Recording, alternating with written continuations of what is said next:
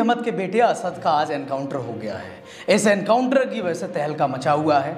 वहीं उमेश पाल की जो मां है और पत्नी है वो योगी जी को धन्यवाद दे रहे हैं। और आज गुरुवार का दिन है। प्रयागराज कोर्ट में अतीक अहमद और उनके भाई अशरफ की पेशी होनी थी। पेशी के दौरान ही जब ये खबर पता चली तो वकील वहाँ पर जय श्री राम के नारे लगाने लगे और अशरफ और अतीक की आंखों में आंसू आ गए। आपको बताते चले जो फरवरी में 24 फरवरी को जो उमेश पाल मर्डर हुआ था, उस मर्डर में मुख्य आरोपी असद था। असद की अगुवाई में ही हमला हुआ था और अब पता चला है कि असद का एनकाउंटर हो चुका है। असद और गुलाम को झांसी में पुलिस ने मार गिराया है। तो आइए जानते हैं पूरा काला चिट्ठा अतीक अहमद का क्या काला चिट्ठा है और देखते हैं इस केस में आगे क्या क्या होने वाला है। एक तांगे वाले का बेटा जो माफिया बना और जिसने 9 दिन की दुल्हन को विधवा बना दिया। जेल में रहते हुए एक बिजनेसमैन की किडनैपिंग कराई, उसे जेल के भीतर ले गया और जेल के अंदर उसको पीटा और कागजों पर दस्तखत कराए, जिसके ऊपर 17 साल की उम्र में मर्डर का केस लगा और जिसने एक विधायक को दिन दहाड़े सरेआम भीड़ के सामने गोलियों से भुनवा दिया। 25 लोगों ने कई मिनटों तक लगातार गोलियां बरसाई। जब उस विधायक का पोस्टमार्टम हुआ तो उसके जिस्म से 19 गोलियां निकली। वो माफिया जो अब जेल में है और जिसे एक मामले में उम्र कैद की सजा सुना दी गई है। तो चलिए इस माफिया की कहानी शुरुआत से सुनाते हैं। 10 अगस्त 1962 को इलाहाबाद के चकिया मोहल्ले में एक लड़के का जन्म हुआ। नाम रखा गया अतीक अहमद। अतीक के पिता फिरोज अहमद तांगा चलाकर अतीक को पढ़ाते थे और परिवार को पालते थे। 10वीं में अतीक फेल हो गया। अतीक से पहले इलाहाबाद में एक और गुंडे की तूती बोलती थी। नाम था शौक इलाही उर्फ चांद बाबा। अतीक शुरुआत में इसी चांद बाबा की गैंग में रहा। चांद बाबा चौक का और पूरे इलाहाबाद का राजा था, तो वहीं अतीक चकिया और उसके आसपास के इलाकों का। चांद बाबा कुछ वजहों से कुछ ज़्यादा ही कुख्यात था। पहली वजह कहते हैं उसे कोई खौफ नहीं था। दूसरी, वो पिस्तौलों बंदूकों की जगह अपने दुश्मनों को बमों से उड़ाता था। उसके इलाके में जाने से पुलिस वाले भी डरते थे और पुलिस दोनों की आंखों में वो चुभने लगा था। वहीं अतीक की उम्र बढ़ती जा रही थी और उसका दायरा भी फैलता जा रहा था। पुलिस और नेताओं ने अतीक को शह देना शुरू कर दिया ताकि चांद बाबा को रास्ते से हटाया जा सके। उससे पहले चांद बाबा और अतीक अहमद में चुनाव को लेकर अनबन हो गई थी। अतीक ने चांद बाबा से घोषणा कर दी थी कि वो इलाहाबाद की पश्चिमी सीट से विधायक बनना चाहता है। तो चांद बाबा ने गुस्से में उसे भूल जाने को कहा, क्योंकि उस सीट पर खुद चांद बाबा नजर गड़ाए बैठा था। आखिर उस सीट पर दोनों लड़ते हैं। चुनाव हो जाता है, काउंटिंग चल रही होती है। चांद बाबा को पता चलता है कि अतीक और उसके गुर्गे उसके इलाके में है। चांद बाबा उसे सबक सिखाने के लिए अपने गुर्गों के साथ निकल जाता है। अतीक अहमद और उसके गुर्गे चाय की टपरी पर होते हैं, तभी गोलियां और बम चलने लगते हैं। अतीक के लोग भी गोलियां चलाते हैं। सामने से गोलियां चलती देख चांद बाबा के गुर्गे भाग खड़े होते हैं, लेकिन चांद बाबा आगे बढ़ता जाता है।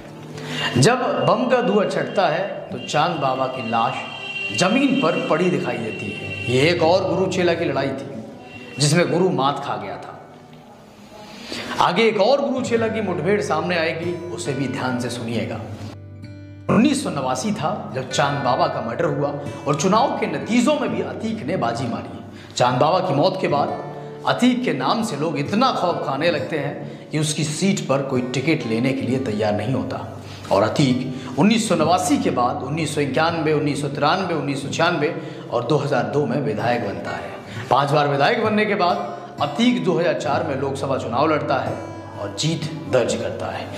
ये सीट फूलपुर थी, जहां से देश के पहले प्रधानमंत्री जवाहरलाल नेहरू भी कभी सांसद रह चुके हैं। धम्मरल में जो आपने देखा है किस तरीके से नेहरू जी का संबंध अतीक से है, ये वही बात है।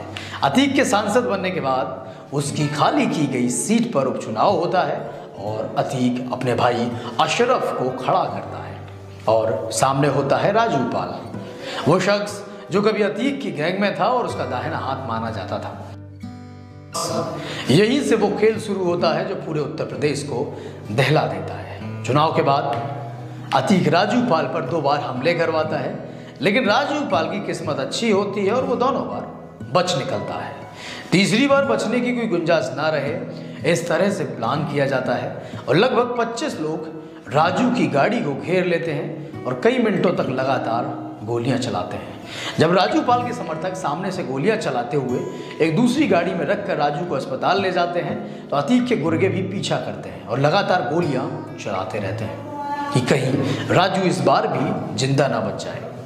राजू को देखते ही डॉक्टर मृत घोषित कर देते हैं। जब राजू को अस्पताल ले जाया जाता है तो डॉक्टर उसे मृत घोषित कर देते हैं। पोस्टमार्टम होता है और पोस्टमार्टम के दौरान राजू के शरीर से 19 गोलियां निकलती हैं। पूरे प्रदेश में तहलका मच जाता है। सोचिए, इतनी सारी गोलियां मारी गई कि शरीर से 19 गोलियां निकली। आपको याद दिला दें कि उस वक्त सरकार समाजवादी पार्टी की थी।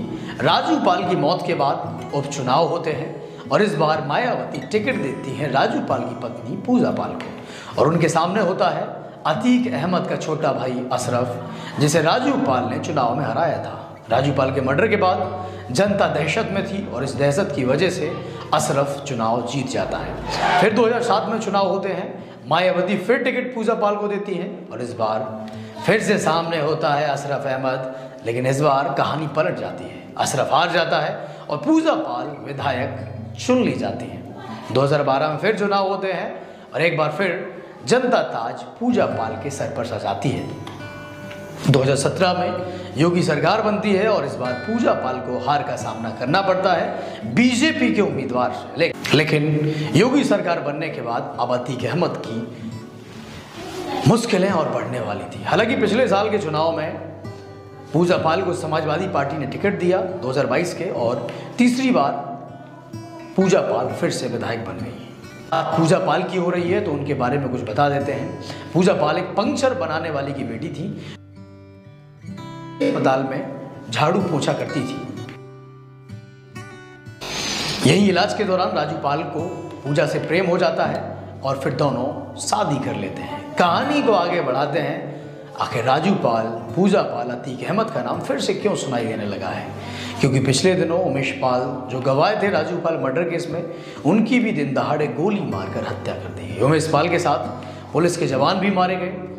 इससे पहले भी अतीक अहमद के गुर्गे उमेश पाल को उठवा चुके थे और उससे बयान बदलवा चुके थे। लेकिन उमेश पाल ने एक और एफआईआर लिखवाई अपने अपहरण की और जिसका फैसला कल ही आया है। 10 लोगों में से 3 को उम्र कैद की सजा हो चुकी है। ये 3 नाम अतीक अहमद, दिनेश पासी और खान सौलत हनीफ के हैं। कोर्ट का फैसला आने के बाद अतीक की आंखें नम हो गई। सोचिए, एक माफिया जिसके खिलाफ 100 से ज़्यादा केस दर्ज हैं, जो कभी शहंशाह था अपनी सल्तनत का, माफियागिरी का, उसके बाद सफ़ेद पोस्ट भी बना, लेकिन वो अपना आखिरी वक्त जेल में काटेगा। तो मोरल ऑफ द स्टोरी यही है कि जैसा करोगे वैसा भरना पड़ेगा। और हाँ, मेहनत करते हैं आपके लिए, थोड़ा मेहनत आप भी करिए और नीचे जो बटन दिख रहा है सब्सक्राइब का, उसे दबा दीजिए, घंटी भी दबा दीजिए। Thank you.